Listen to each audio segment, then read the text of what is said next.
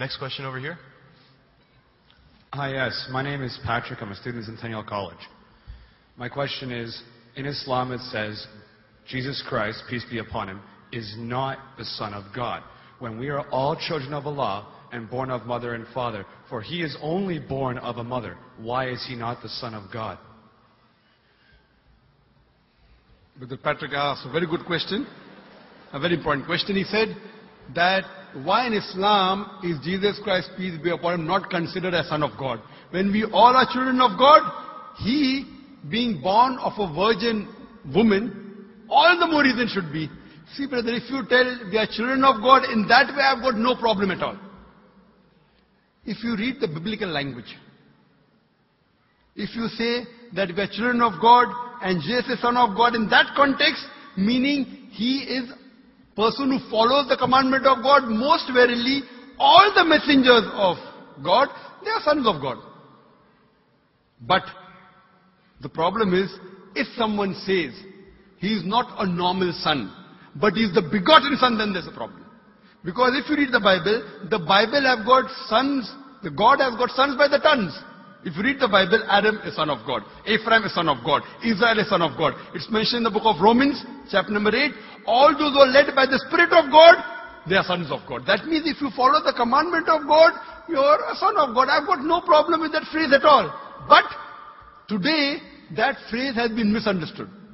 For example, if a young son asks me a question, I said, Beta, son, it's a very good question. He won't mind, because I'm elderly, But if I say that begotten son, that means I'm insinuating him. Maybe he'll punch me. Fine? So what you realize, that using the phrase son of God, in the context that we are children of God, we have no problem. So in that context, all the human beings who follow the commandments of God can be called children of God. No problem. But what the Christian says, that no, Jesus Christ, peace be upon him, is not a normal son. And he quotes Gospel of John, chapter number 3, verse number 16. For God so loved the world that he gave his only begotten son. Whosoever believeth in him shall not die but have everlasting life. Correct, brother? So do you believe Jesus is the begotten son of God? I do. You believe, fine. Now this verse which I quoted, Gospel of John, chapter number 3, verse number 16, it's from King James Version. For God so loved the world that he gave his only begotten son. Whosoever believeth in him shall not die but have everlasting life. Now when you read the Revised Standard Version of the Bible, revised by Thaidu scholars, Christian scholars of the highest eminence, backed by 50 different cooperating Christian denominations, they say that this word begotten is an interpolation, it's a fabrication, it's a concoction, it's an adulteration. Who's saying? Not Muslims, not Hindus. Thaidu Christian scholars of the highest eminence in the Revised Standard Version of the Bible, they say begotten is an interpolation. It's a fabrication, it's a concoction, and they're thrown out of the Bible. So if you say Jesus is Son of God, like Adam, like Ephraim, like Israel, I have no problem. The moment you say begotten, I want to ask you the question, what is the meaning of begotten? Brother, what is the meaning of begotten? Begetting is an animal act. It's a function of lower animals of sex. And when you say that he was born to Mother Mary, virgin, what are you insinuating? And if you say, because Jesus Christ, peace be upon him, is God or Son of God, because he was born to Mother Mary, Quran gives the reply in Surah Imran, chapter number 3, verse number 59. Inna masala Isa indallahi ka masala Adam. Khalaqa min turab. That when they say the similitude of Jesus in front of Allah is the same as Adam. They were born from dust and said, be and it was. If you say that Jesus Christ is God because he had no father and only mother, then Adam, peace be upon him, is a greater God. He had no mother and no father according to the Bible. MashaAllah, you're clapping. I like it. So if you say Jesus is God because he had no father, only mother, Adam is a greater God, peace be upon him. He had no mother, he had no father. I never referred to him as a God, but Son of God. That's right. Fine. So Adam is a bigger son of God. Right or wrong? By your definition, Adam would be a god, for he has no mother nor no father. Not my definition, not my definition. By the definition of the Christian missionary. By my definition, he is a messenger of God. Because God cannot beget. I told you in my talk. Lam yalid wa lam yulad. He begets not, nor is he begotten. The moment God begets, he is not God. Son of God meaning pious person, I agree. That's the reason Allah subhanahu wa ta'ala in the Quran, in 99 attributes, he has missed out Ab, father. Why? It's a good attribute. But Allah did not mention Ab meaning father because people started having wrong meaning of the word father. So he used the more difficult word Rab, but did not use Ab. Logically it's fine. But Almighty Allah subhanahu wa ta'ala purposely did not use the attribute Ab in the Quran because people will misunderstand.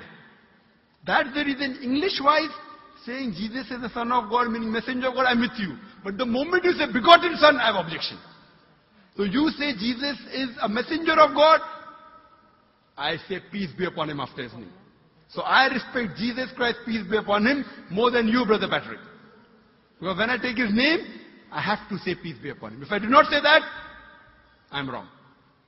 So I love Jesus Christ, peace be upon him, more than you. I follow his teaching more than you.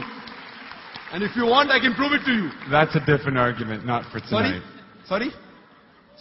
That's a different argument and not for tonight. Okay, fine. I'll give you a few things.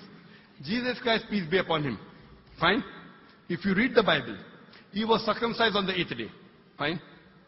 Majority of all the Muslims are circumcised, the Christians aren't.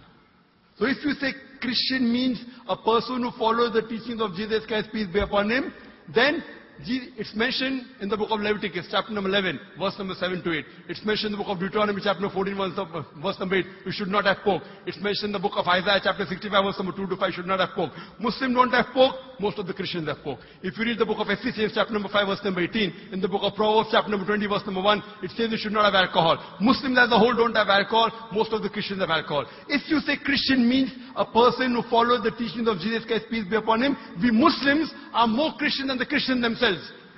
We love him. We respect him. If you say, I love Jesus Christ, peace be upon him, but don't follow his teachings, your love is false. We, therefore, mashallah, I love Jesus Christ, peace be upon him, more than most of the Christians. Because I follow his teachings, I respect him, I revere him. And Jesus Christ also said, in the Gospel of John, chapter number 16, verse number 11 to 14, I have many things to say unto you, but ye cannot bear them now. For he, when the Spirit of truth shall come, he shall guide you unto all truth. He was talking about Prophet Muhammad to come. So Jesus Christ, peace be upon him, said, you have to believe in the last and final messenger, Prophet Muhammad sallallahu alaihi wasallam. So even that way I'm following Jesus Christ, peace be upon him. I believe in Prophet Muhammad. Do you believe in Prophet Muhammad as a messenger of God? I do. MashaAllah. Now you're more closer to... Allahu Akbar. Allahu Akbar. Subhanahu wa ta'ala. Now he wants to say the Shahada, then we will move on. Say, Ashhadu an la ilaha illallah wa ashhad an Muhammad Rasulullah. Rasul Allah.